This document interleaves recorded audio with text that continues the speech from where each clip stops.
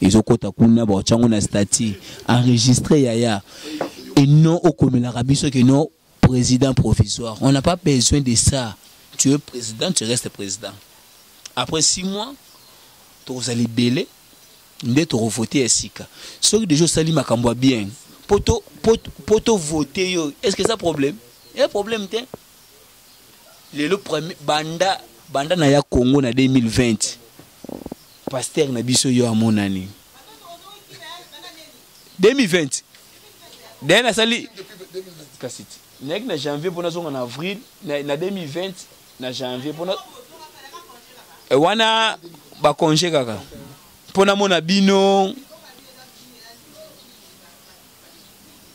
Et quand tu as une vidéo hein.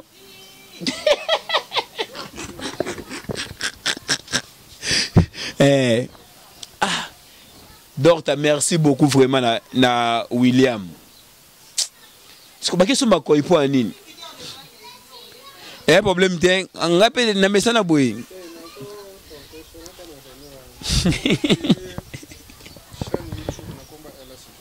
Ngai papa dela basi papa naza tika no yo ekoma merci minutes.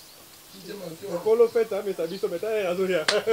Problème est ça va SK. Ça faut peut-être que les enfants ya on a bien la ça pour le présent. On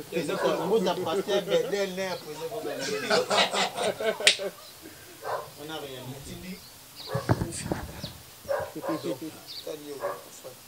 On a suivi pasteur à toi, non?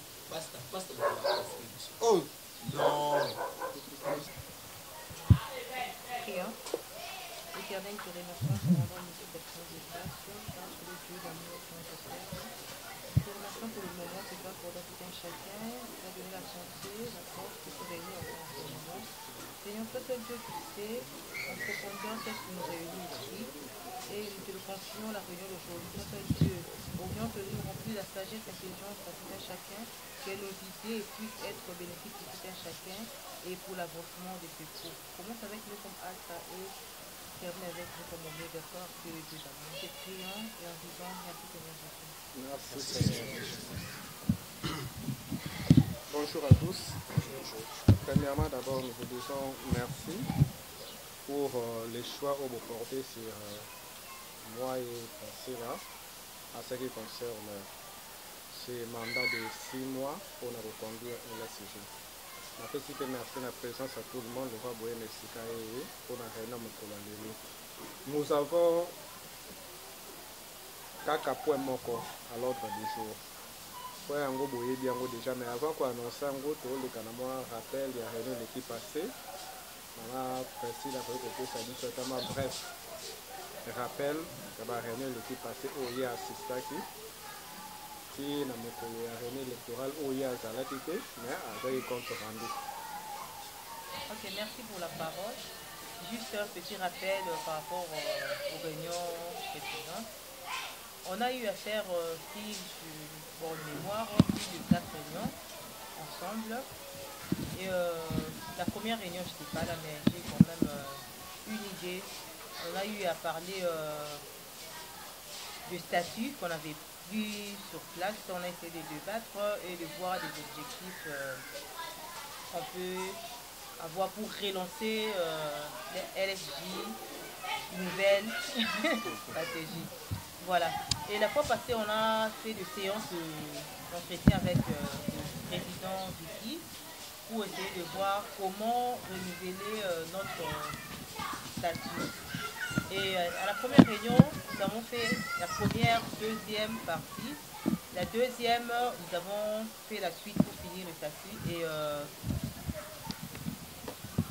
la dernière réunion, c'était pour le règlement d'ordre intérieur. Voilà. À l'élection, je ne vais pas participer, mais je vous remercie pour la confiance que vous avez accordée, de bien vouloir accompagner le groupe jusqu'à ce qu'on va organiser de nouveau d'autres élections. Sans plus tarder, nous allons commencer notre réunion. La réunion, ce n'est pas l'évangile. En fait, on est en train de discuter. Ce n'est pas l'évangile qui a été déjà écrit et on ne peut pas changer. Voilà. Vous êtes libre de donner vos points de vue. C'est vrai que le statut a déjà fait, mais ce n'est pas clôturé.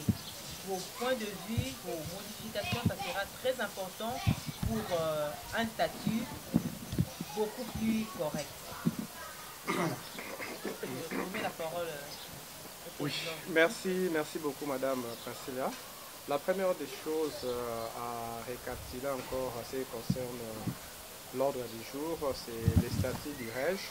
On avait dit ce qui suit la fois passée. On avait dit que Mutuna Mutu Akende azwa ba idée pour na tosala nini to élaborer statut. Je pense même na ba invitation au to salaki to komaki to lobaki élaboration ya statut par tout le monde. Biso na surtout toza pour élaborer statut. Mais étant donné que nous sommes un comité directeur entre moi et Princilia, auquel je suis le président, lui la secrétaire, nous avons songé bon de former un corps, c'est-à-dire quoi? De mettre nos idées concernant le statut ensemble pour nous proposer, pour nous travailler en besoin de c'est-à-dire dans besoin de idées pour tout ça, la boto banda non. Pour former déjà statut moko, oyo toye nango ko imposer te, mais tokotanga, tozotanga, proposer ba idée, mais tozoleka si c'est bon, si c'est pas bon, toleki mbala moko. Et autre chose avant qu'on arrive à la point du jour, Wana, je voulais insister sur quelque chose.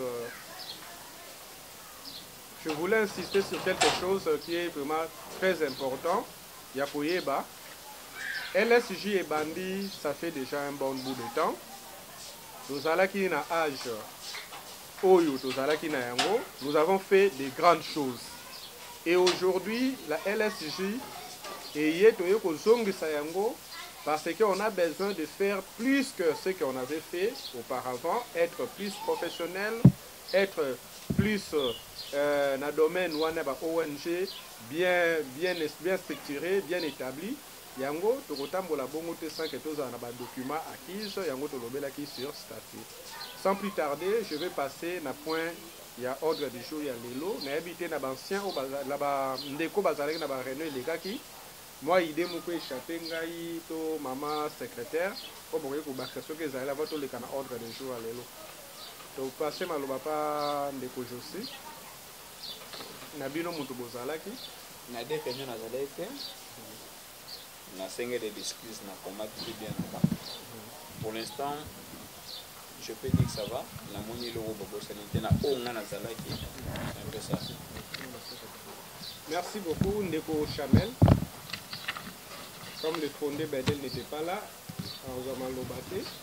Peut-être qu'on va bâtir sa moitié. Si je n'étais pas bien dans la haute, c'est l'ensemble de la vie. Oui. Je ne sais pas, alors on va se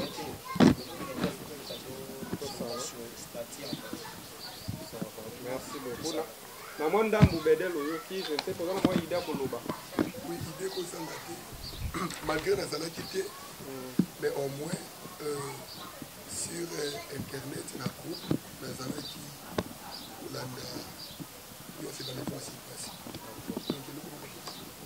merci beaucoup.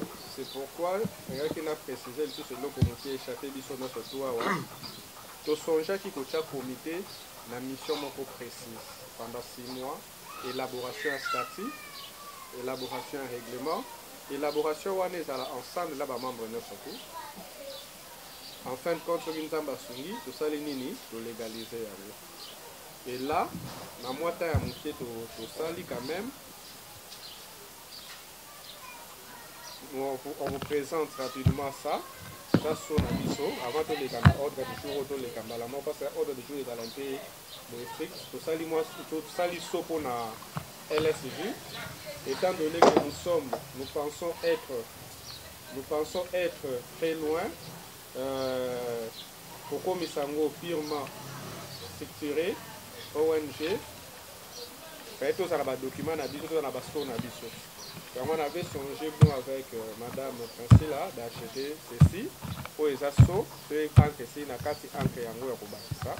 ça peut aller dans les 6 ou 7 ou 8 mois dans ce sens-là. Sans plus tarder, je passe à l'ordre du jour. Je vais élaborer un statut. Moi et Priscilla, statut est constitué na kati ya statut ezali na chapitre, c'est-à-dire toko nomango ba titre na kati ba titre eza na ba section toza na ba titre pe na kati. Je commence. Titre 1. De la création, de la dénomination, du siège, de la durée, but et de l'objectif et du rayon d'action. De la création, titre 1. De la création, de la dénomination, du siège, de la durée, but, de l'objectif et du rayon d'action. Section 1. Commis de la création, dénomination, siège et de la durée. Article 1. Il a été créé en date de 22 mars 2004 à Kinshasa, capitale de la République démocratique du Congo, une association sans but lucratif dénommée Lutte pour sauvegarder la jeunesse, LSJ en sigle. Point. Article 2. Le siège social de l'association est situé pour le moment au Sengaki, na Sengaki, ndeko na biso principe la soki siège ekoki kozala awa lokola toza na siège social te yango moni totiaki adresse awa. Article 2 ezali boye. Le siège social de l'association est situé sur l'avenue Loubefu 6 bis, quartier de l'école, dans la commune de Lemba, district de la Moamba et dans la ville de Kinshasa. Article 3.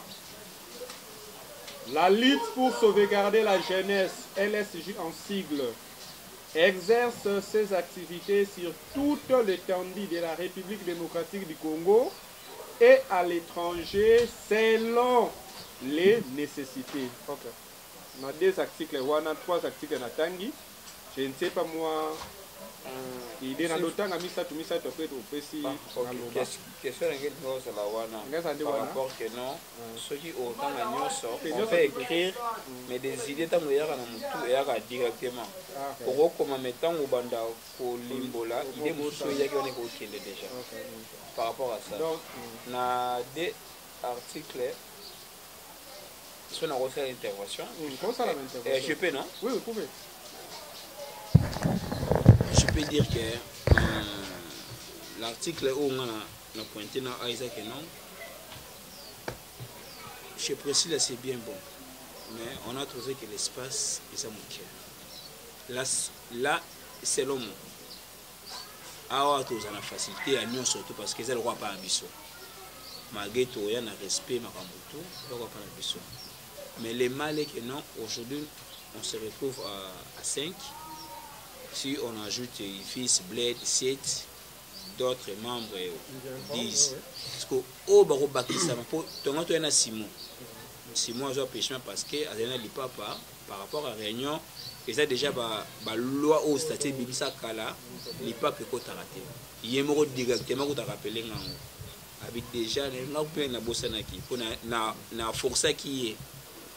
Et na bien oui, tu as raison.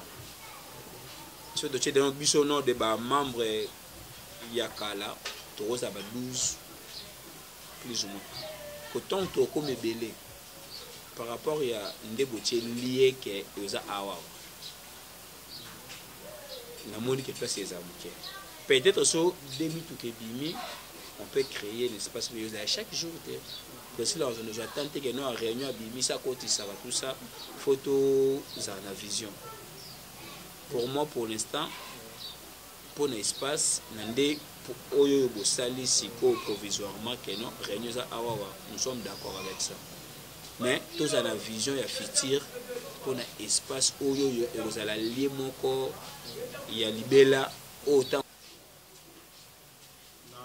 Stade où tout ça, trop de bruit, trop de lignes, ça ne va pas nous aider. Il y a ça là-haut, tout ça. Les hommes, ça demande beaucoup de concentration. On a pas moi, je trouve ici, c'est bien. Je pouvais choisir chez nous, mais chez nous, c'est vaste. Mais il y a en fait trop de gens qui fréquentent, il y a trop de bruit. Ah ouais, moi, j'adapte ça. Mais là, au monde, il y a le lobby sur les 3 points. sur les 3 articles. Mais n'habité, tu n'as pas parlé sur la mission. Bon, j'arrive. Vous savez, on ne peut pas continuer à répondre. J'ai dit ceci. Nous sommes en train de lire un titre, c'est-à-dire chapitre mobile. Chapitre, c'est celui qui a CBC chapitre, mais beaucoup de réponses. Parce que quand il y a un article, même question posée, c'est-à-dire quoi? Les lieux provisoires, les lieux que nous avons mis, c'est ici. Mais la réunion peut être aussi déplacée dans un endroit moussoussou. Dans la ville, dans la ville, dans le pays, dans la ville, on va voyager dans quel monde. C'est ça les réunions pour nous. Ça peut être la commune de la tu vois, je suis dans le qui n'attend un titre mobile. Après, bon, commis la suggestion. C'est combien de chapitres? C'est 7 titres. Et premier chapitre a combien de... Premier chapitre premier chapitre... À 3 articles, c'est ça, non? C'est 3 articles. Mais c'est ça que toi tu avais dit, non? De la création. On lever la création. La création de la dénomination. Donc on lever la siège. Vous allez jeter un coup d'œil le temps de lire, hein? Ok. Le temps de sortir de lire, pourquoi taper coup d'œil, non? Donc c'est peu parce que nous on entend mais les autres on n'a pas ça. Non, il n'y a pas de problème, Bon, président Ziki, notre explication par rapport à la création, la siège, tout ce qu'on ajouter.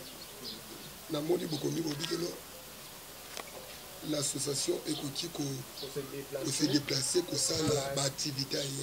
Mais autre chose, le siège. Déplacement, c'est des choses. Non, même siège, je suis doté. Laissez-moi lire le titre en général. Parce qu'il est clair, bonjour à mon association. Je réponds. Mais tu peux nous aider. Autant statut nyonso et aux autres. Titre par titre pour une meilleure compréhension. Mais là, les titres par titre aussi, ça va te prendre aussi le temps. On a besoin de... Je sais pas.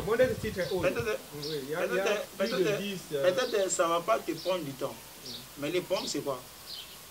Dès que tu as toutes nos questions, il y a dans l'article. Et on ça la bisoni. Il y a le béni mamoussou. Maman faut le béla égoïa. Mais tu prends des questions. Il y a maman, il y a si, il y a mon ta pensée si quoi. Alors que ceux qui te donnent l'idée à l'article lien ça. Tu y vas comment pour ajouter. Il y a une idée au PCO. Soit poser question. Moi je pense que. Non, ok, la question. Ça permet à chacun de nous d'écrire. Si ta question est à tel article, il y a mon professeur dans la question d'Arani, va à telle page. Un chapitre au Fongoli, toi, tu as la défense au Fongoli, à poser question là. Toi, quand tu notes ta question, tu te réfères déjà à l'article où il y a levé la question. Excuse-moi. Si tu penses qu'il y a levé la article 1, et ça, tu écris question dans le comité de préciser là, c'est que c'est inter-articles. Quand tu vas poser la question, tu dis qui, dans l'intervention de l'article, tel endroit tu as dit, tu dois parler de ça. Directement, ça peut t'orienter. C'est ça.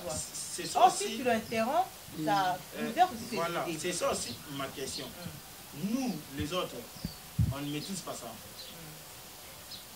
Tu nous qui peut ma recherche dans n'eng na oeza édition. Peut-être on a dans des manières vagues. On a évité à classer l'article comment. Moi je ne maîtrise pas. Mais peut-être on a évité ONG faisant la mission précise, faisant la siège, faisant nabo. Voilà, on a pas. Donc ok, les bons on a fait toi et donc on servir car nous servir comment nous on se là. C'est qui élément on a été. Tu écris ça. Donc ok que tu dois corriger au commis ma correction à tel boy la domaine tel article. Tel article parce que moi je ne maîtrise pas. Non mais quand il est en train de lire, quand il a parlé de la création. 3 articles, j'ai compris par statistique. Je peux juste pas noter ça. Même de ceux qui je fais comprendre en fait. Les gars prennent ça. À Gotanga Bambatani, ils ont se retrouver peut-être dans 6e article. Mais on a peut-être de manière globale. La manière générale en fait. Parfois il y a des recherches dans l'AI. J'ai compris que ONG statut nango il faut essayer à la boye. Le mieux à faire, tu écris la question, peu importe. Tu as vu quand tu as posé la question là, il dit avec Tony. Il dit quel article. Tu vois directement parce que quand tu fais de refaire par rapport à tes articles que nous t'as évité. Ça nous dérange en fait. C'est pourquoi je vous rejoins. Je dis ceci, il y a autant à tout. Selon moi, oui. Selon moi. Selon moi, tu lis tout. Au bandi l'article à Liboso, au tangi bani nango, balé, dans chaque étape, posons les cas. Oh, biso to moni que tout ça on fait écrire. Mais sans pour autant l'interrompre. Quand tu loba, tu es pas maintenant dans le bas l'article 1, 2, 3, 4 jusqu'à la fin. Parce que quand on a vu 3, ok, on a besoin d'en 5. On a évité que 5 nous posent à bon. On a réagi. Comme ça, rapidement, je vais relire ça. Titre 1 de la création de la dénomination du siège de la durée de l'objectif et du rayon d'action. Section 1 de la création, dénomination, siège et de la durée. Article 1. Il a été créé en date de 22 mars 2004 à Kinshasa, capitale de la République démocratique du Congo, une association sans but lucratif dénommée Ligue pour sauvegarder la jeunesse, LSJ en sigle. Article 2. Le siège social de l'association est situé sur l'avenue Loubet-Foussis bis, quartier de l'école, dans la commune de Lemba, district de la Mohamba et dans la ville de Kinshasa. Article 3. La lutte pour sauvegarder la jeunesse, LSJ en sigle, exerce ses activités sur toute l'étendue de la République démocratique du Congo et à l'étranger selon les nécessités. Point. Article 4. La lutte pour sauvegarder la jeunesse entreprend ses actions selon les domaines suivants. Premier tiré, l'éducation. Deuxième tiré, le social. Troisième tiré, l'environnement. Quatrième tiré, la santé. Cinquième tiré, l'entrepreneuriat. Article 5. La LSJ a une durée indéterminée. Section D.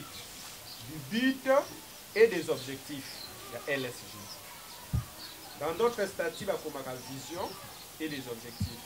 Mais dans notre statut, il y a un but et des objectifs. Article 6. La lutte pour sauvegarder la jeunesse a pour but celui. Article 5. La LSJ a une durée indéterminée.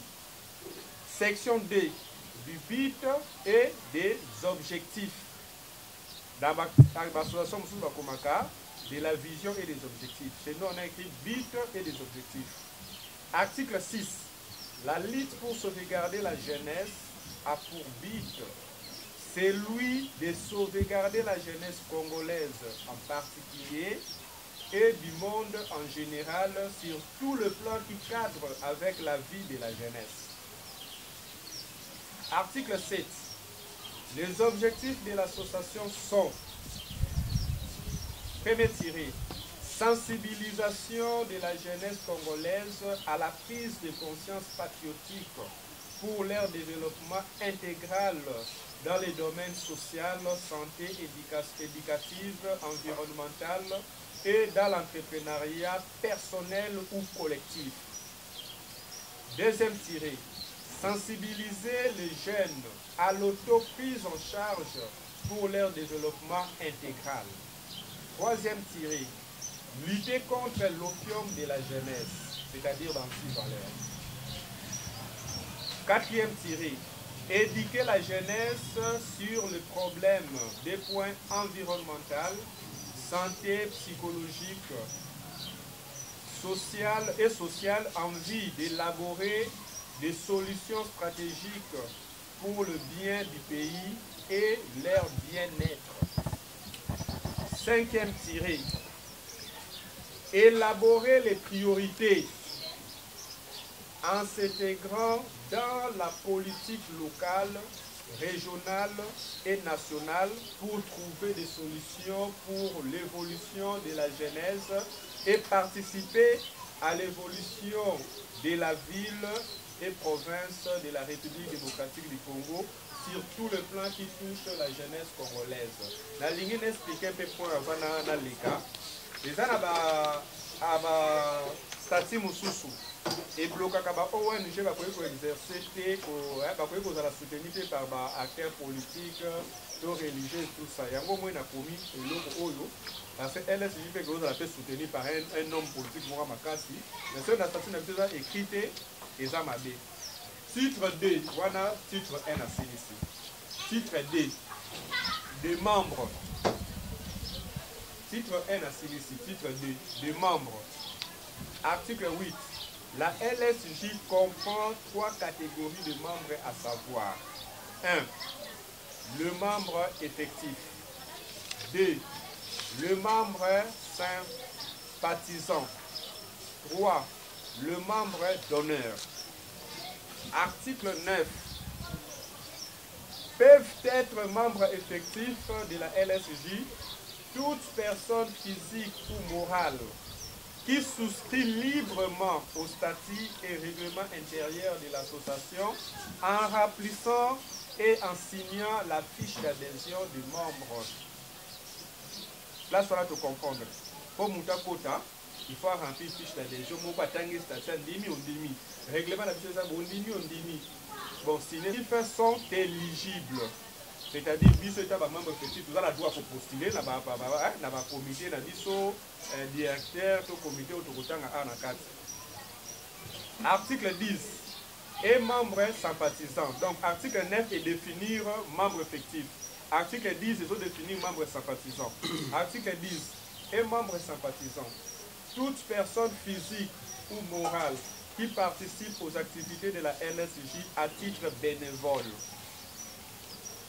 Il doit, 2 points, souscrire au statut de la LSJ, être une personne de bonne moralité. Les membres sympathisants ne sont pas éligibles, c'est-à-dire après pour postuler. Il y a ces placards à LSJ, la mission à partir de l'activité, la mission donc c'est technique, aux conférences, au LSJ à assister. Mais ça d'abord pour postuler, pour comme président ou secrétaire de l'ONU, pas un membre effectif. Article 11.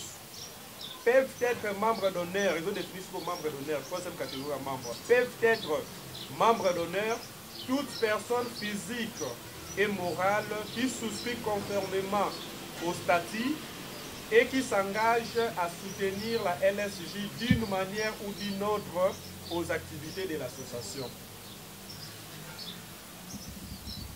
Voilà tout l'équipe. Des droits et devoirs du membre.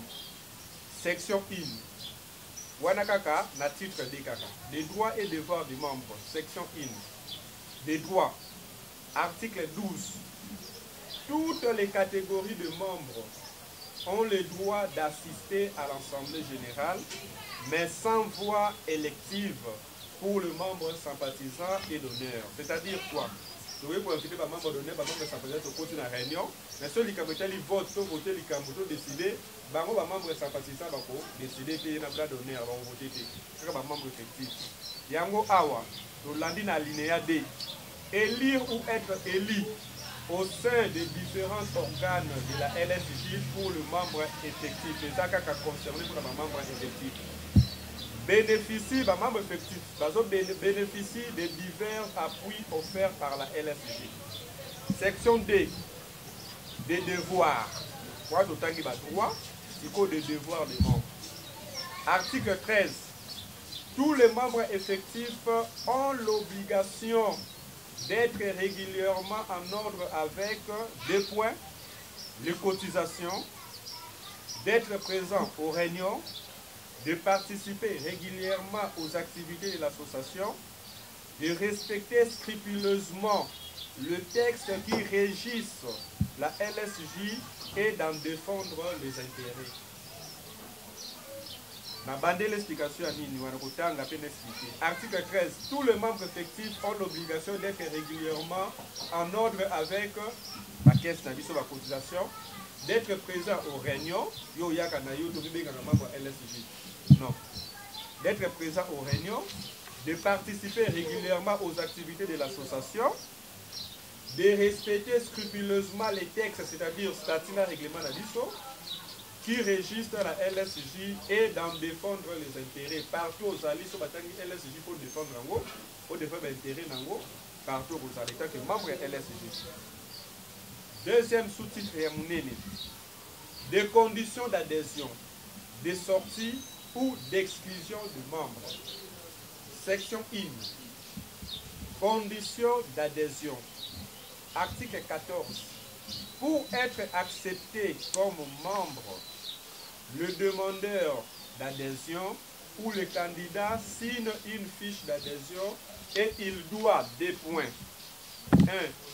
Souscrire au statut et au règlement d'ordre intérieur de la LSJ. Faut pas tant que ce statut et le règlement comprendre ndimi oui na ndimi kokota. Voilà le cas du 2. Être majeur. 3. Être de bonne vie et mœurs, c'est-à-dire aux amoutoumo comportement, l'amour ne se trouve pas aux actes criminels. 4. Le membre sympathisant n'a aucune autre condition que le numéro 3. Numéro 3, balobini, être de bonne vie et mœurs, c'est-à-dire aux à la Koulouna. Que ce soit le membre sympathisant propose à la Koulouna, pose à la Moutoumabé, pose à la Moutoumabé, aux à la comportement malade. Section 2. Conditions de sortie. Sur l'ingo longano LSJ. Conditions de sortie. Article 15. Point A, petit a. La perte de la qualité de membre effectif se perd lorsqu'il tombe dans les cas ci-après. Ce qu'on lui veut sa qualité à membre, au boum c'est un mot qui yo au boui na makabu bououi. Si premier tiré DC, ce qui m'a beaucoup. Deuxième tiré, démission volontaire. Yo moko lobi la démission na longwe. Troisième tiré, exclusion définitive après avoir cessé de répondre aux conditions d'adhésion. C'est-à-dire, on peut s'acquitter, ou il y a une autre activité de mon côté, je me déjà.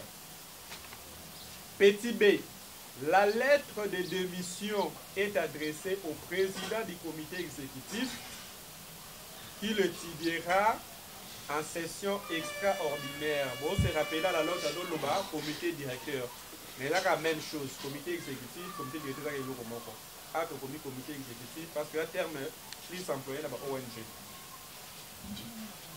Petit B na bandeliango. La lettre de démission est adressée au président du comité exécutif qui l'étudiera en session extraordinaire avec les collèges des fondateurs avant son application à l'Assemblée générale par les comités.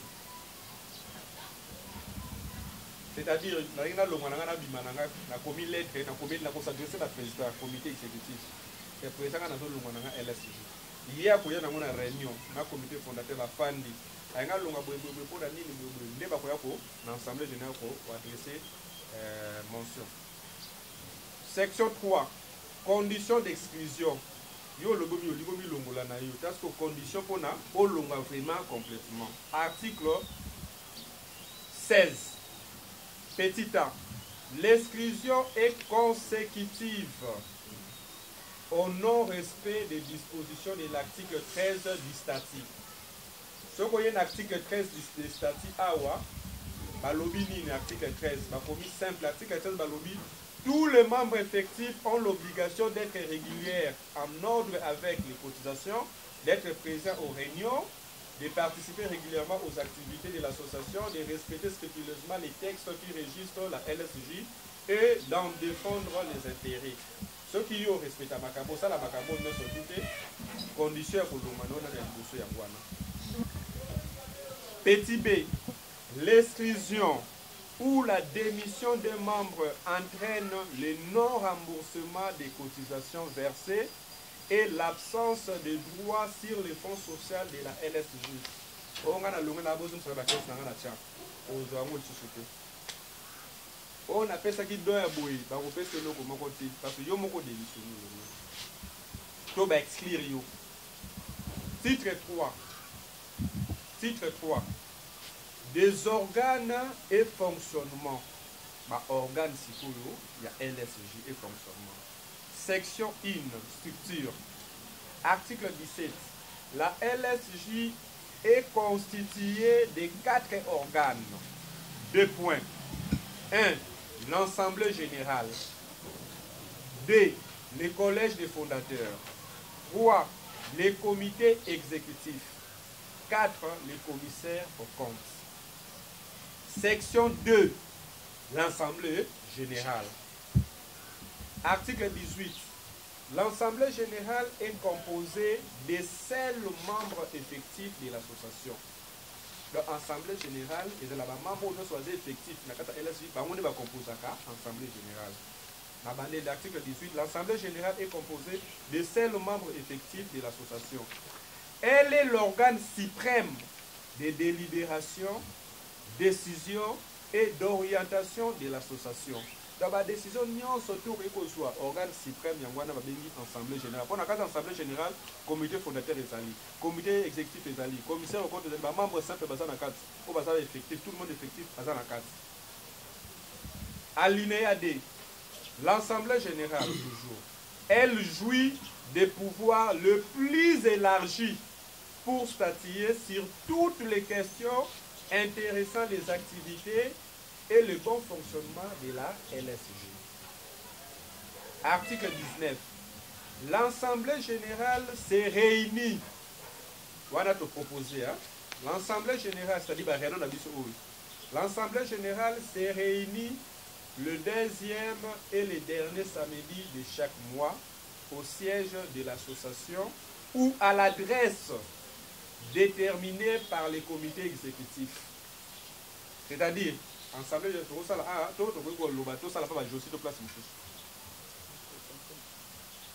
elle peut également siéger en session extraordinaire à la suite d'une motion signée par un tiers de ses membres ou sur convocation. Section 3. Le collège des fondateurs. Fondateurs et d'un cofondateur qui sont des initiateurs de la LSJ. Le collège des fondateurs se réunissent une fois pendant 2 mois et veillent à la bonne marche des objectifs du LSJ par le membre du comité exécutif et président les réunions une fois l'an au mois de novembre de chaque année avec tous les membres du comité exécutif et des commissaires aux comptes pour faire l'évaluation du mandat et de mission des comités exécutifs et commissaires aux comptes et rend rapport à la prochaine réunion de l'Assemblée générale. Article, voilà, tu comprends, non? Article 23. Le membre du collège des fondateurs peuvent se réunir en session extraordinaire avec les comités exécutifs en cas de nécessité sur convocation du collège. Alinéa D, article 23, Wanaka. Le membre du collège des fondateurs organise des élections des membres du comité exécutif et du commissaire aux comptes 1 mois après la fin du mandat des 2 organes. Article 24. Les membres du collège des fondateurs sont éligibles. C'est-à-dire quoi? Nous avons un membre effectif, nous pouvons postuler dans le comité directeur, dans le comité commissaire en compte. Section 4. Le comité exécutif. Article 25. Le comité exécutif est l'organe d'exécution de l'association. Point. Il est composé d'un président et d'un vice-président. D'un vice-président, d'un secrétaire adjoint, d'un relationniste adjoint, d'un trésorier adjoint. Article 26. Les membres du comité exécutif sont élus par l'Assemblée générale pour un mandat proposé de 2 ans, renouvelable une seule fois. Point.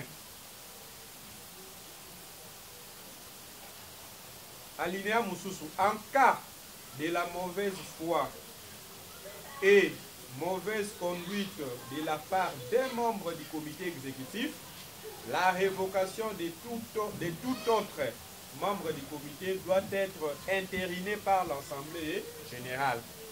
C'est-à-dire, membre du comité exécutif, ça lui faute grave. Donc, on a l'Assemblée générale pour la Article 27. Les comités exécutifs engagent le fonds et dressent le bilan de l'association. Le retrait des fonds est signe par le président et les trésoriers ou leurs délégués. Ma bandeli, bonne explication. Article 27. Le comité exécutif engage le fonds et dresse le bilan de l'association. Point. Le retrait des fonds est signé par le président et les trésoriers ou leurs délégués. Le président signé le trésorier ou le délégué. Le président, nous définissons le rôle de la présidence. Le président. Article 27. Article 28. Non, 27. Voilà 27. Non, non, ça va. Idée moyenne. Article 28. Le président, article 28. Le président dirige le réunion du comité exécutif et de l'Assemblée générale. Représente l'association dans ses rapports avec les tierces ainsi qu'en justice. Coordination. Voilà, tu comprends. Nabandeli. Article 28. Le président dirige les réunions du comité exécutif et de l'Assemblée générale. Représente l'association dans le rapport avec les tiers, ainsi qu'en justice. Soyez pour représenter la justice, présente l'association pour que nous défendons, vous répondre. Tout aussi, dans mon représenter l'association, c'est le président qui représente l'association. Coordonne et supervise toutes les activités de l'association. Article 29. Dans l'exercice de ses fonctions, le président du comité exécutif est secondé par le vice-président qui le remplace en cas d'absence ou de tout autre empêchement. On comprend de place voilà. Article 29. Dans l'exercice de ses fonctions, le président du comité exécutif est secondé par le vice-président qui le remplace en cas d'absence ou de tout autre empêchement. Titre sous le secrétaire. Article 30. Est chargé de la tenue des archives et du registre des membres de l'association. Il rédige le procès verbaux de toutes les réunions des assemblées et du comité exécutif. Dans ma rapport. Alinéa D. Il assure la permanence au siège. Nous avons la quête, nous avons le bureau, nous avons bien ONG. Secrétaire, on a assuré permanence pour la carte, la décision de il assure la permanence au siège. Il est secondé dans l'exercice de ses fonctions par un secrétaire adjoint qui le remplace en cas d'absence et de tout autre empêchement. Le relationniste, article 31, il assure l'organisation matérielle, technique et les protocoles des réunions et de toute autre manifestation, c'est-à-dire organisation dans l'association, conférence, tout déjà tout. Voilà. Deuxième alinéa. Est chargé du service des relations publiques. Point. Il est secondé dans cette tâche par un relationniste adjoint qui le remplace en cas d'absence ou de tout autre empêchement. Point Moussoussou, les trésoriers. Article 32. Tient à jour le livre des caisses de l'association. Vous voyez qu'à place sur la trésorier. Article 32. Tient à jour le livre des caisses de l'association. Il est chargé de percevoir les cotisations et toutes les recettes de l'association et d'en consigner les espèces dans un compte ouvert à cet effet. C'est-à-dire quoi? LS vit une idée de chaque awa na maman Priscilla, dans un compte bancaire, comme un bon maman beaucoup à modifier. Il y a des alatos, ça dit qu'on a ça zumbo. ake na compte bancaire à verser mais abombi babordé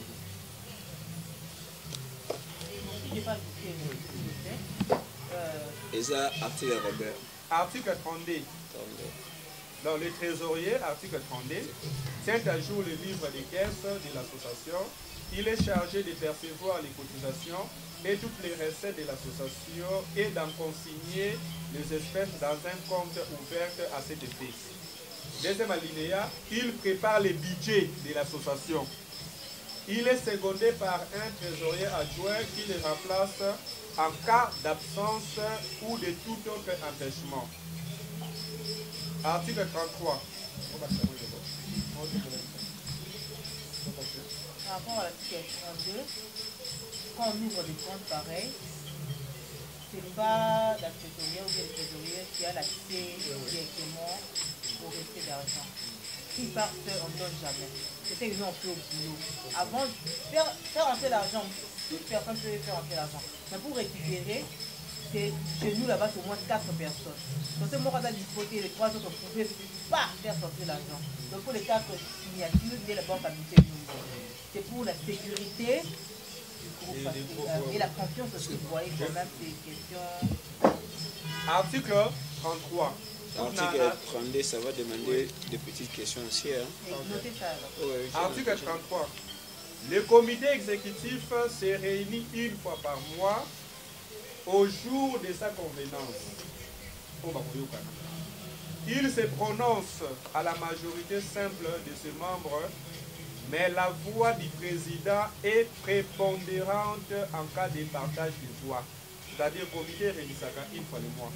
Vous avez peut-être 5 dans le comité.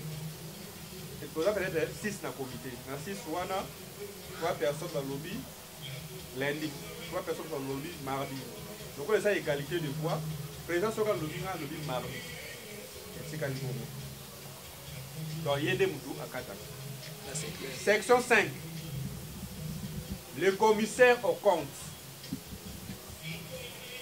Article 34.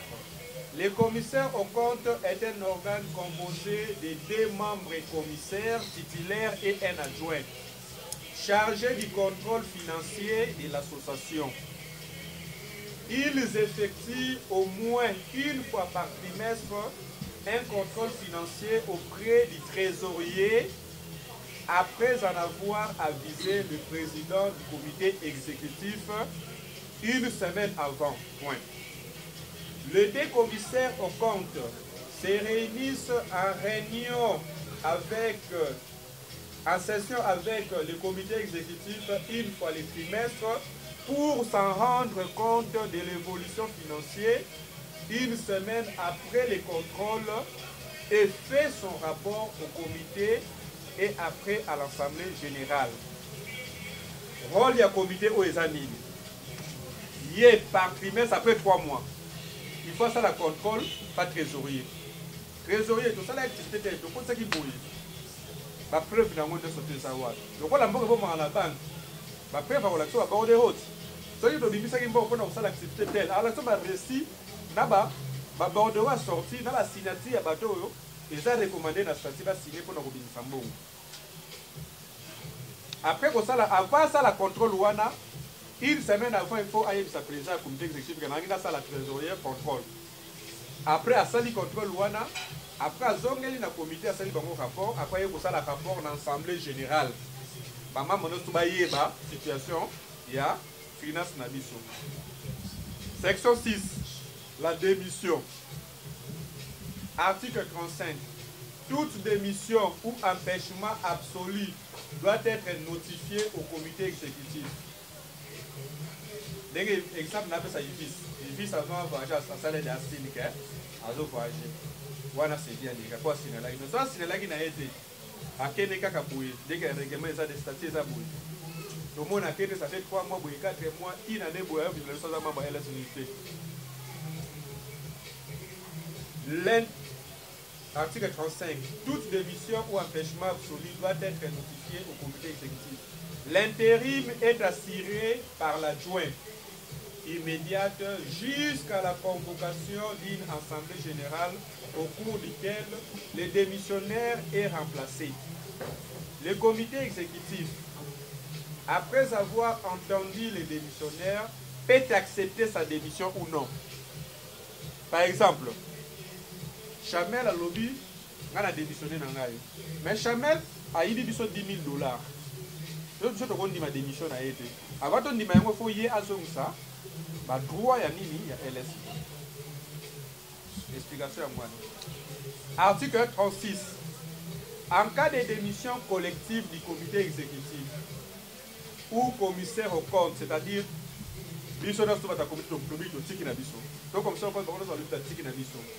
article 36, en cas de démission collective du comité exécutif ou du commissaire au compte, une assemblée extraordinaire est convoquée par le collège des fondateurs pour statuer, c'est-à-dire pour le mélango.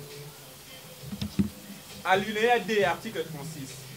En cas de faute grave du président de l'association, le collège des fondateurs et les restes des membres du comité exécutif saisit les 3/4 de ces membres, puis convoque une assemblée générale extraordinaire pour statuer, c'est-à-dire pour décider. L'association peut saisir les instances juridiques pour des questions purement graves qui mettent en danger les membres effectifs. Au Azali Kanye, association pour Fatoté.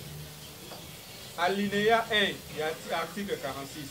Elle peut aussi être dissoute par déclaration de la loi en vigueur en République démocratique du Congo. C'est-à-dire quoi? RDC de Lamuka, et puis si loi Mobégué, la ministre de l'Ouest est ONG Mokoté, dans Boka. Voilà des soucis. Voilà ONG la soucis. C'est-à-dire, il va y avoir ONG Mokoté dans le pays. Voilà les alinéas D. Elle peut aussi être dissoute, c'est-à-dire qu'au bon moment, par déclaration de la loi en vigueur en République démocratique du Congo. Section D. Modification du statut. Article 47, 2 points. Le statut peut être modifié par l'Assemblée générale décidant à la majorité des 2/4 des membres présents sur proposition du comité exécutif. Titre 7. Disposition finale. Article 48. En cas de dissolution, le bien de la LSJ sera attribué à une autre mutuelle poursuivant le but ou des objectifs. Titre 7. Article 48. Titre 7. Titre 7. Disposition finale. Règlement et statut. Voilà règlement. Mais c'est presque c'est la constitution. J'ai compris. Donc, règlement est la constitution. Article 48. En cas de dissolution, le bien de la LSJ sera attribué à une autre mutuelle poursuivant le but ou des objectifs similaires à ceux de l'association. C'est-à-dire quoi? LSJ. Babien ne sont pas à l'ango. Donc, on peut ça yango, donc on prie yango, fait au yokani. Na ONG, toi, l'association, pour les objectifs, ndege mokona. Alinéa D na yango. Il appartient à la majorité relative des membres effectifs de prendre une telle décision qui sera communiquée à l'association bénéficiaire et à l'autorité des tutelles. Article 49. Toutes les questions non prévues dans le présent statut sont dans les règlements d'ordre intérieur ou peuvent être révisées, statuées sur proposition de la majorité des membres à l'Assemblée générale. C'est-à-dire le Congo du dimanche. Article 50 fait à Souba. Le présent statut entre en vigueur à la date de leur approbation, c'est-à-dire proposition, et de leur signature par le membre du comité exécutif, du collège des fondateurs et de tous les membres présents à l'élaboration. Point.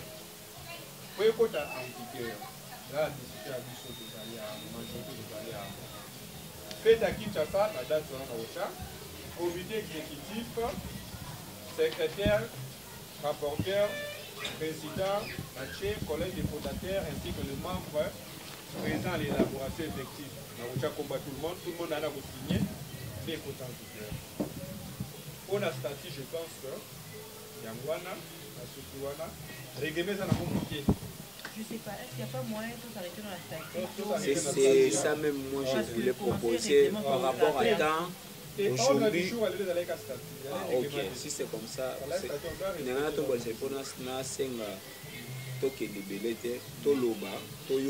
se comprendre. Parce que tout ce que tu as dit, on a été sur la parole. Si je peux, on a écouté, on a eu le temps, il y a longtemps à faire déjà, parce que Oyo, le Douala, il y a un tangi. On les a.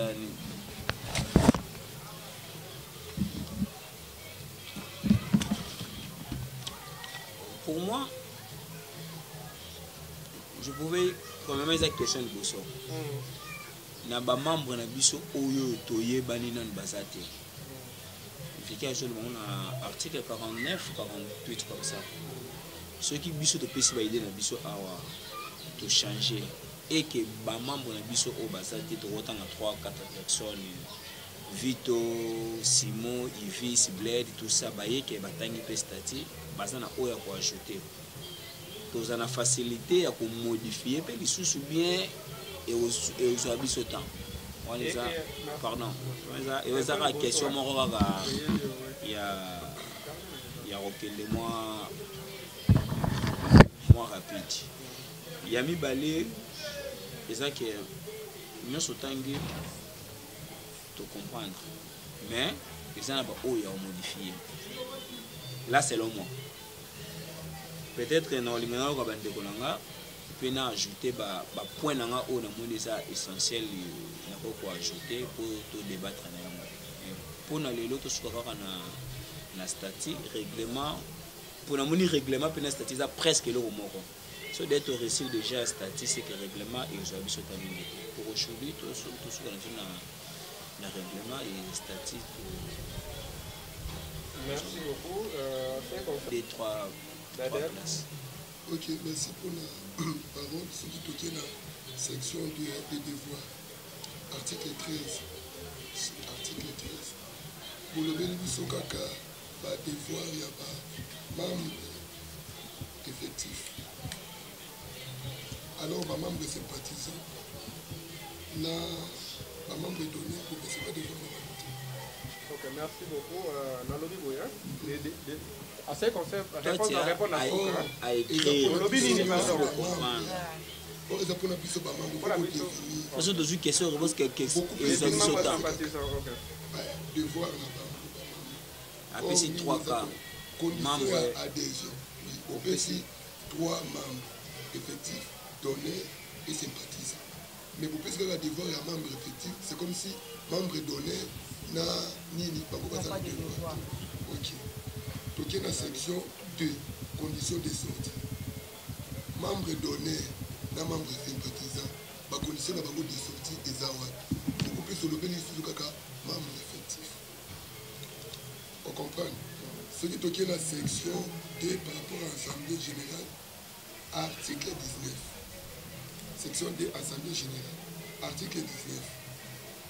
Il faut qu'on le bat que siège. Pour les sièges, je vais passer la moto.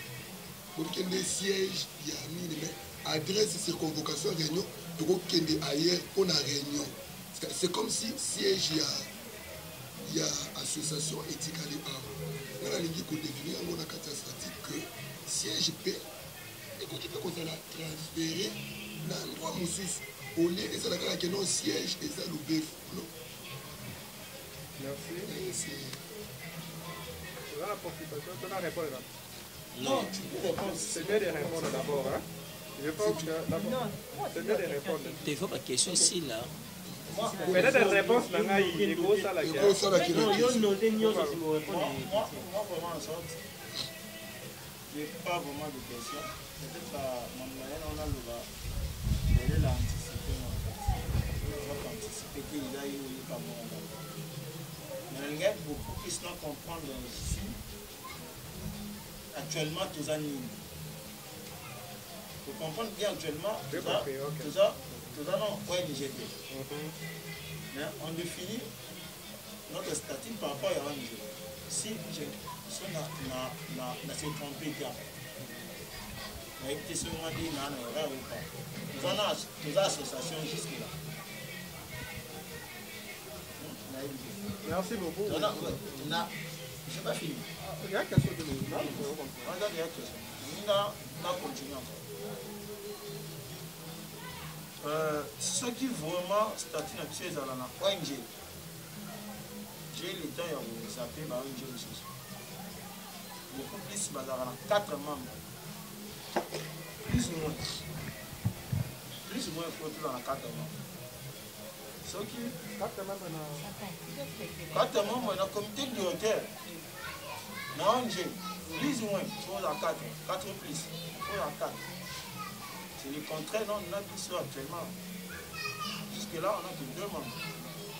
Donc, on a 3, peut-être précis d'un jour, peut-être 2 heures. Donc, comme on a 4 membres, on a une piste. On a évité ça, la recherche, on a pas sinon pas. On a évité que l'ONG faisait 4 membres. Et là, on a juste compris. On a statut de lui à l'ONG. Sur internet, sur nous. C'est un peu trop. C'est un peu trop par rapport à l'article en fait. J'ai y avoir un statut il y a un ONG avec 19 articles. Je suis avec 25, je suis avec 26. Mais il y a c'est déjà dans les 50. On comprend que le président Tangwanda au Tanga, ça nous a fatigués en fait. Ok, c'est-à-dire que nous avons tous un amour. Tous un amour, tu as un bloc, notre monde, tu quand c'est trop, ça fatigue en fait. C'est tout qui sont à Congolais, tout le temps à dire. On a fait bon. Moi, statut, donc il va y avoir article 1, peut-être article 10. Mais si on a 50, on a PCO, on a tout ça là, peut-être qu'on a c'est un peu trop. Les gens ont un article 50, on a un article 5. C'est juste de voir en fait. Les gens ont un article, en fait, l'article, on a un titre et tout ça. Donc, comme on a moins des articles, c'est bien en fait. Il faut comprendre en fait l'article on a dit que c'est tout et tout. Là c'est Zaki on a compété au pédé la lobby mais déjà il y a le lobby là où on a beaucoup plus on a rajouté. Ok, merci beaucoup. Si je peux ajouter, c'est que finalement j'avais envie peut-être nous avoir 3 idées. C'est que Chabadi, il a aussi raison. Parce que j'avais vraiment d'idées, mais je n'avais pas vraiment eu le temps d'écrire presque tout ça. C'est très important parce que des articles 50 c'est beaucoup. Il faut défendre LSIG. Et nous avons un membre simple, mais si on défendre LSIG, déjà sonné LSIG. Et quand des articles sont belés, le président peut-être dans Moussala a posé l'effort des secrétaires tous les articles. Et nous, les membres simples, peut-être que vous temps au Vandika à Boué, tu prends un statut là, au temps bloqué, ça serait un peu difficile. Mais ce qui est peut-être 20, 15, plus ou moins 25, Nandenge to banda ko tanga yango poto maîtriser yango, peut-être que ça va idée moi déjà il y a bloqué peut-être on a dit que article 1 la pièce déjà le baraboyer et sous baraboyer. Attends on kan gagner c'était menace na idée. Et c'est l'important. N'engana ajouter sous n'a dit que mode évolué par rapport à article si je me trompe pas c'était article 32 par rapport à Mbongo. Ndé bolobaki que Mbongo fait du marquage à la banque tout ça oui c'est bien bon. Ce que tu as moi je peux proposer ça assemblée d'Engeso. Oui, moi d'évoluer un PC Zali, Zali. Moi je vais préférer peut-être tout ça la stratégie à cas. Nous tout que c'est azala suivi na mutu moko mbongo evandaka pa na ye po bambongo mpe na banki mpe babusu bapesa trop ya koyiba ya gauche droite tout ça on connaît wana eza selo ide na nga ndenge kaka na épingle na yango mwa ndambo mbongo ezalaka ata pa mutu toyebi eza ma na parler chaque semaine towana 2 personnes oyo totia bayaka pa keser vraiment batangi yango yeteke no eza nango na ndako kuna lakisi bango kaka kesi boye non batangi eva na parler eza mpe pardon yaya s'il vous plaît wana eza peut-être idée mais méthode pas sika eza mpe bien parce que moto mosu akotina mbongo na mpesa atindi kaka pas secrétaire et pas keser abimisi ya mibale ndenge naloba par rapport ya cas mangère bolobaki eza article 40 si je me trompe pas soki tobelisa membre moko il faut kaka signature ya président ça peut aussi arriver que notre président atana téléphone elekate et quand on est gravement malade soit tokotia président vice président soki pa kozala ntango statut evandra bien pardon naza moi un peu bref koluka soki eza ka moko vraiment eza vraiment rapide ezana ata so président aza na tana te eza na 2 ou 3 personnes oso basigné boza sûr que non ebongo ebimi na sentiment te pourquoi monsieur koya bebino bozi la signature ya président to peut être moto erreur eza ya biso nyonso to eza kaka ba idée oyo toluka to ajouter. Merci beaucoup Josie pour répondre. Malaika elo mo shikalobagi tona mondialisation tona na modernisation actualité dans tout ça tona la équivoque aux wana le monde gana mina ndaka mutuna wana nga na d'accord banque yiba te monnaie bukate banque des place dans moi l'assurance en fait moi je m'aimerais que nous on fait la banque manque contre la part banani baza ba détenteur banani ba titulaire ya compte on a vraiment la banque combien non c'est normal on discute pour tôt avancer et ça pour l'intérieur tout ça signifie pas que non comme nous sommes ici là il n'y a pas un petit frère pardon il n'y a pas un petit frère il n'y a pas un grand frère tu vois tout le monde retourne à tôt avancer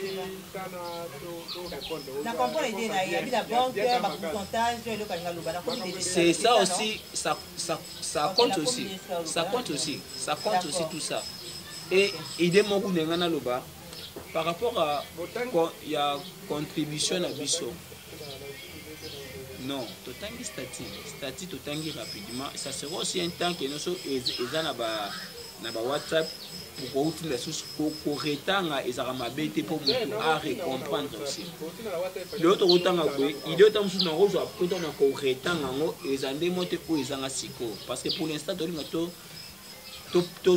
forme mon robot LSJ ezaki LSJ auto ebaki mais to linga to comme ça ngo elo sous to ko mo sala ba don to ko mo sala ba mais kala to ando sala ngo vraiment il faut écrire. Les gens commis à présent déjà. Ok, c'est bon. Question d'abord de un juriste, puis même il y a beaucoup de je ne sais pas d'aller qu'il faut mettre ça pour en bénéficier, ceci pour être sain pour vous à la bourse. Et ça c'est de un. Dans le but d'avoir les statuts purement juridiques qui cadrent avec les ONG pour les alliés déjà dans le mat il y a bien moderne. C'est que tout ça les copier-coller. Copier-coller. Il y a copier-coller. Parce que la plupart des articles zongi bedel étaient anciens, pour l'ancien, il y a du statut très bien là. Possibilités voilà pour qu'elle soit libre. Au lobeli du sous awa na suka ata muzima loba si mbongo na do peut regarder ces exemples quand on a le bac eza toujours pour tout il y a un risque et belé pour tangole belé mais na do tangolo ba avantage oyo banque eza na yango mi balé ka ya liboso le pourcentage de ça ya lobela ka mais ya mi balé on peut avoir de l'aide et à la nationale ou internationale pour ba mona bino boza ONG crédible ekoya na compte ya mpesa te to ya telefone te ekoya na compte bancaire bakotinda na compte bancaire na baboka motu ekoya kozwa na aéroport non il faut avoir de l'argent na compte oyo eza compte moko crédible oyo ekotaka kobangela na yo te soki sorti de photo nini soki botangi règlement très bien na kati ya règlement il y a un autre compte qu'on va parler de règlement parce que toza bamembre awa tozala na compte oyo babengi ba ONG nyonso tout international to national bien cadré bazalaka affecté na hôpital mo quelque part soki membre abeli akenda kose faire soigner kuna moyena mwa bambongo moto anakotia ba $2 na définir na règlement donc total règlement nde bocomprendre que règlement ekomplétaka statut na lokwa constitution loi yaka kokomplete kopesa te mwa kilo na constitution ya mboka. Concernant Mbongo, je pense que se comprendre. Si je n'ai pas dit, hein, non, je suis. Et non, il y a avantage à banque. Mais là, il y a ce qui est bon à la banque. Bon, c'est on va coordonner en fait. Facilement, c'est le but de perdre pour l'année là, c'est plus là. À donc, il y a une ligne, la carte. Dans chaque ligne, distribuée à la caméra. Je sais, et comme il y a des fois, mais la MPSA, nous savons au moins la MPSA. La banque, nous savons la MPSA.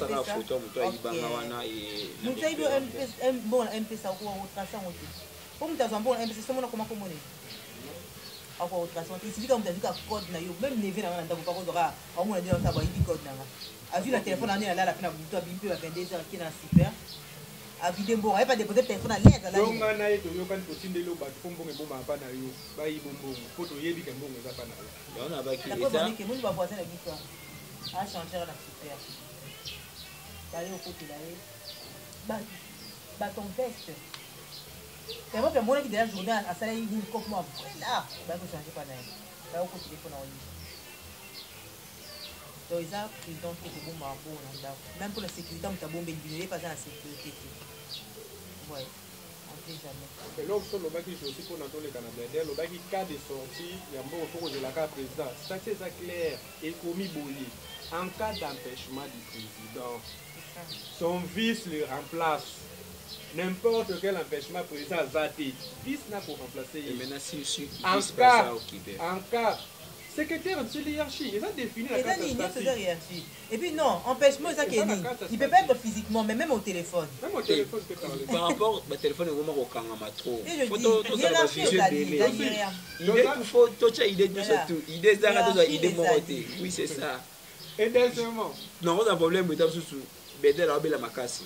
Na bengi fiki na era na boya le gâté na bengi vice boya le gâté mais na par là fona ba après vice na président na benga nani to komi alinéa moko awa alinéa moko to komi awa en cas d'urgence po to komi na alinéa liboso s'il vous plaît président na vice président je suis donc la réponse donc il y a des alinéas alinéa liboso il faut président to trésorier ba sala nini ba signer ba bisambongo mais avant ba signer ba bimisambongo wana faut ba ko proposer dans l'assemblée générale est pro et dimi ba bimisambongo wana ba signer ba ke ko bimisambongo en cas de personnes bazate ba jeune bango ba ko sala ya ça c'est de 1 et deuxièmement en cas d'urgence au cas où que réunion té c'est ça cas moko grave ba che ba toi na 4 ba ko signer comité fondateur commissaire au compte bazali trésorier na yemoko président to ba jeune bango ils ont défini la carte de statut c'est bien bon.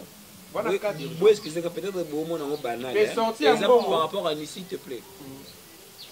Avec beaucoup de respect que je vous dois comme président. Na kama na mobi ke bobengi et c'est ce que nous pour signature seul mbongo bima que moko aza occupé. Na moko wana c'est normal que bobi sambongo. So tu as na réponse na suka. Merci à lobby très bien. S'il vous plaît. J'allais te répondre à la deuxième probabilité, il y a cas d'urgence dans la carte. Nous aurons aussi une carte. Regardez quelque part. Il y a la carte au cours de la question. L'avantage c'est que la caméra comme on a eu. Facilement sur la salle, mais si à ça deuxième sortie, bon agnon soana. Donc c'est comme on a. Donc c'est un peu de carte, tu ça. Je vois l'exemple que la telle date, telle heure, elle a divisé la urgence là, on a signé lobby. Donc on n'a pas na yo, c'est bon. Donc l'équipe a posé mon Moi je peux répondre à la question par rapport au chapitre. Ça veut dire qu'il y a trop de chapitres, et ça, il y a des articles.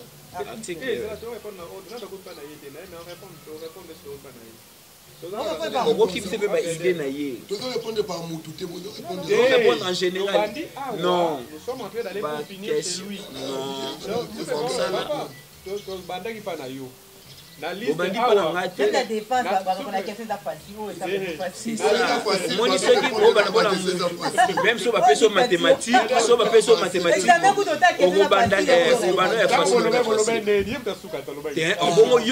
compter par rapport à Mtasuka.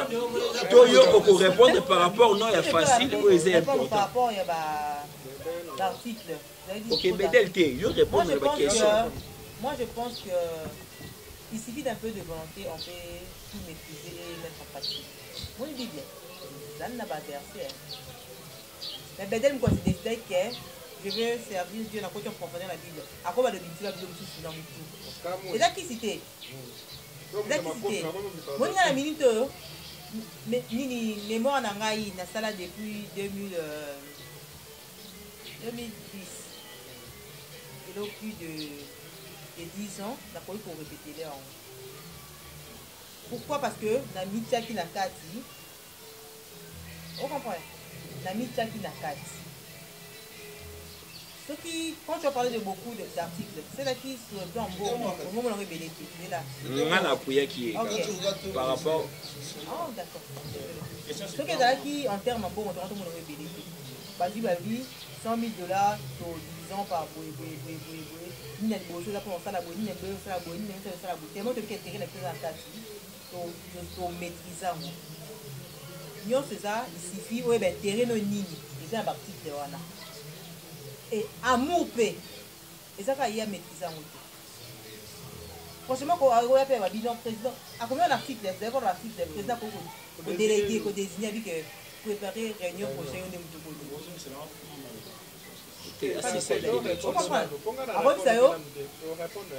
la réunion prochaine, c'est toi qui dirige. Oui, c'est non, oui, c'est que vous avez prêté. Moi, je vais ONG aussi, on va soudain. On va soudain après, à tout moment, on va couper en n'importe quel moment. Et on a oublié la fois passée. Pour vous, ça aussi, c'est un projet mon boyer. Tout ça là. Il y a un peu de discuter. Il y a un discuter avec jamais une question là. Donc, tu dois défendre le groupe partout. LSD, tu dois le défendre partout au Rosala. D'où pour défendre en gros. Donc, on a dit c'est parce qu'il y a une réalité. Moi, je l'avais dit, il a fait ce produit. Il a fait une photocopie en gros. Il a fait un en gros. Donc, il y a caca, et la plus rapide, je l'aime maîtriser, bah, il y a la WhatsApp qui s'est produit dans la nini. Mais si c'est comme ça.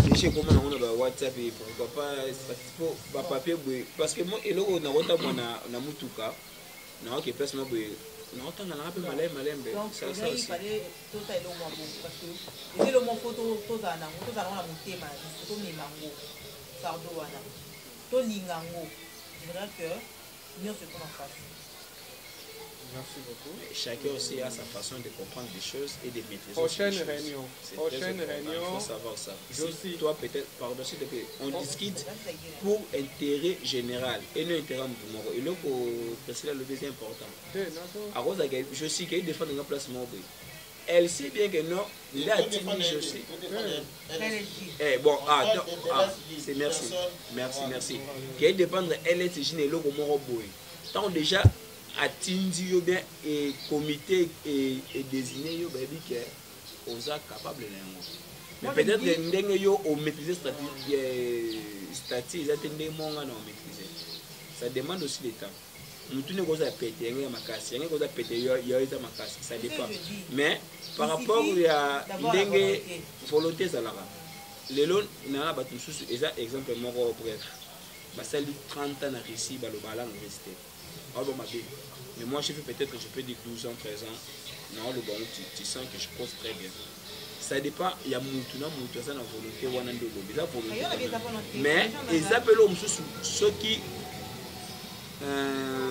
façon na biso ya ko démarrer na réunion na biso to et d'année pour tout à bloquer en organisation important L'homme sous barreau qui nous quitte tanga. Yo qui nous ça nous va avancer.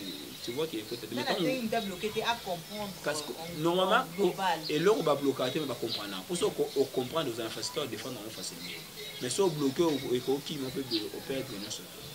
Par rapport à Chaba, ce qui est examen qui n'a pas tant autour il y a 6 mois en attendant autour et au Sungabiso tout maîtriser le facilement. Question est 50 on a encore sabino même à tabino moko beaucoup bloqué même pour se même tant et qui peut dans ça dire. Toi tu penses que Moutaroya de là tu n'as vu ce qui est à Eboy. Quel ministère tu as mis en titre de Obi combien? Jamais. On peut gagner l'État, pardon, s'il vous plaît. Mais il y en a l'autre. Est-ce que tu l'as considéré? Au cité. Moutaroya était à Eboy. Qu'est-ce que tu as fait? Non, non. But objectif, donc comprendre l'essentiel. Pour défendre les pour comprendre l'essentiel. On comprend les débits c'est bien bon, mais après. S'il vous plaît, il y a la prochaine réunion. Parole bando zoboika de poser la parole. On a remarqué le Agaïna Maloba, toi si c'est qu'elle a la loba. La bonne est dans le répondre. C'est assez ça qui est au bout de la parole. Yo, toi qui parle, il y a six, c'est un bout de l'été. Yo, ça qui est parole, beaucoup ça se discussion. On a 4 discussions à pour nous, nous avons une réunion. Chamel, question à Liboso, on a 3 préoccupations autour de la. Pour le bac, il y a Asbel, 2 ONG, je comprendre.